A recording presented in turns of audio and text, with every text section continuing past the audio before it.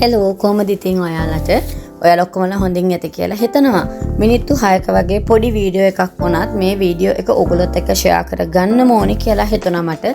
මොකද මෙහි තියෙන ගොඩාක් විශේෂ වෙච්ච ස්පෝර්ට් මීට් එකක් ගැන තමයි මේ වීඩියෝ එකකින් ඔයගොල්ලොත් එක්ක ෂෙයා කරගන්නේ. චුට්ටක් බලලා ඉන්නකෝ.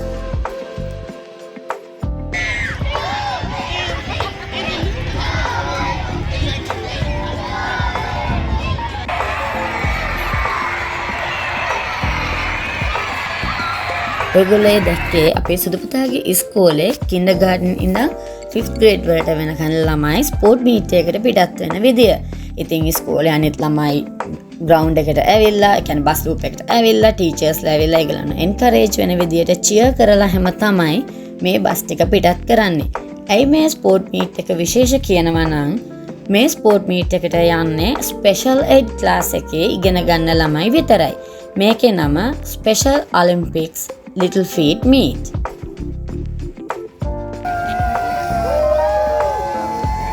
මේ විදිහට තමයි cheerleaders ලබ් දෙපැත්තේ ඉඳලා එන ඉස්කෝල ස්පෝර්ට් මීට් එක තියෙන තැනට පිළිගන්නේ. අපේ සුදු පුතා Winter Park Elementary ඉගෙන ගන්නේ.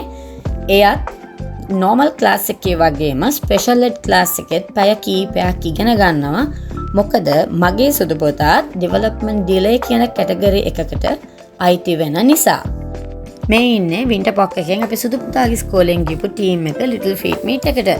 ඉතින් මුලින්ම කියන්න ඕනේ Little Feet Meet කිව්වට මේක ස්පෝර්ට් මීට් එකක් කිව්වට අර තරඟ නෑ. එක එක්කෙනා අතර 1 2 3 තෝරන එහෙම තරඟ නෙමෙයි තියෙන්නේ.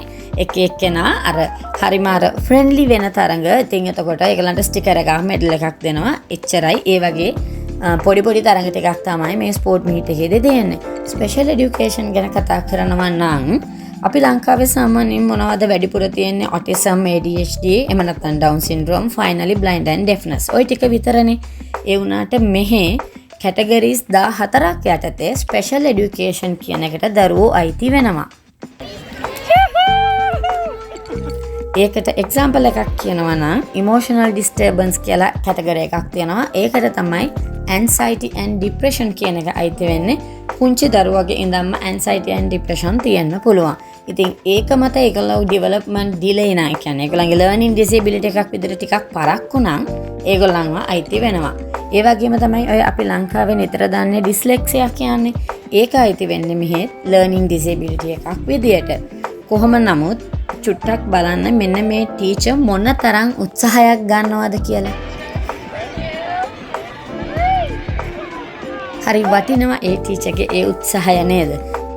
අනිත් වැදගත්ම දේ තමයි මෙහි ස්පෙෂල් එඩියුකේෂන් ක්ලාස් එකේ ඉගෙන ගන්න දරුවේ කින්ඩර්ගාර්ටන් ඉඳන් ග්‍රේඩ් 13 වෙනකම්ම ඒ ක්ලාස් එකේ ඉන්නේ නැහැ.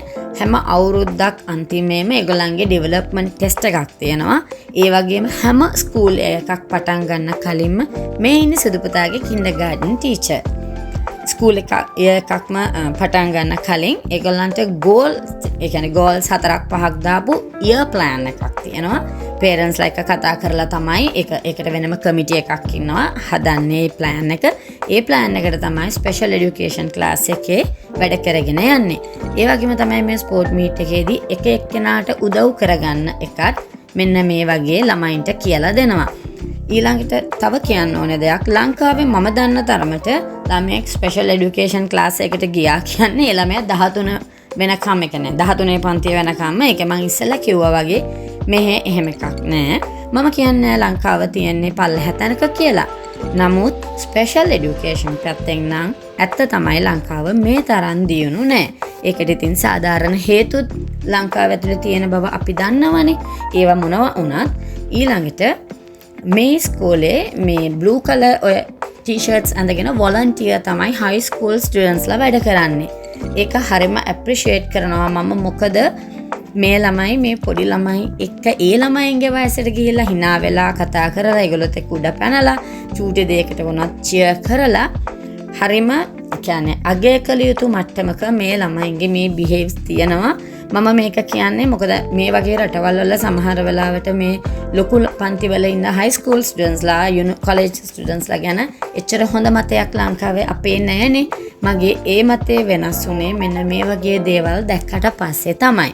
මොකද මම උනත් හිටියේ එහෙම මතයක මේ වගේ දේවල් දකින්න කලින්. ඒකත් නිකමට එකයි කිව්වේ. ඉතින් සමහර දේවල් දැක්කම හිතනවා ජීවිතේ අපට කොයිතරම්නම් දේවල් දීලා තියෙනවද කියලා නේද? ඒ වුණාට ස්වභාවයෙන්ම අපි කරන්නේ හැමතිස්සෙම කම්ප්ලේන් කරන එක, අරක නැහැ මේක නැහැ ඊළඟ එක නැහැ කියලා. මේ අම්මලා තාත්තලා තරඟයට වගේ දරුවෝන්ව වීල්චෙයාර් වල තියාගෙන තල්ලු කරන්නේ ඒගොල්ලන්ට ඒගොල්ලෝ තරඟ කරනවා කියන ෆීලිං එක දෙන්න.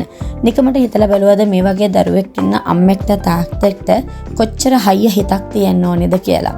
මොකද සමහර විට මෙහෙම එක්තැන් වෙලා වගේ මෙම වීල්චෙයාර් වල ඉන්න දරුවෝ නැගිටින්නත් පුළුවන්, කවදාවත් නැගිටින්න නැති වෙන්නත් පුළුවන්. ඉතින් චුට්ටක් ලයිෆ් එකට ස්තුතිවන්ත වෙන්න නේද? මේ තරම් දේවල් අපිට දීලා තියෙනවට. මේ වීඩියෝ එක මෙතනින් නතර කරනවා. මේ අයිනව බටුවට දුවන්නේ මගේ සුදු පුතා මෙයාගේ අන්තිම තරඟේ. එහෙනම් ඉතින් මම කිව්වා වගේ ජීවිතේ දිහා සුබවාදීව බලන්න. මොකද මොනතරම් ප්‍රශ්න ආවත් අපිට මේ ලැබිච්ච ජීවිතේ හරි වටිනවා. හැම කළු වලාකුළකම රිදී රේඛාවක් තියෙනවාමයි. පරිස්සමෙන් ඉන්න. ගිහින් එන්නම්.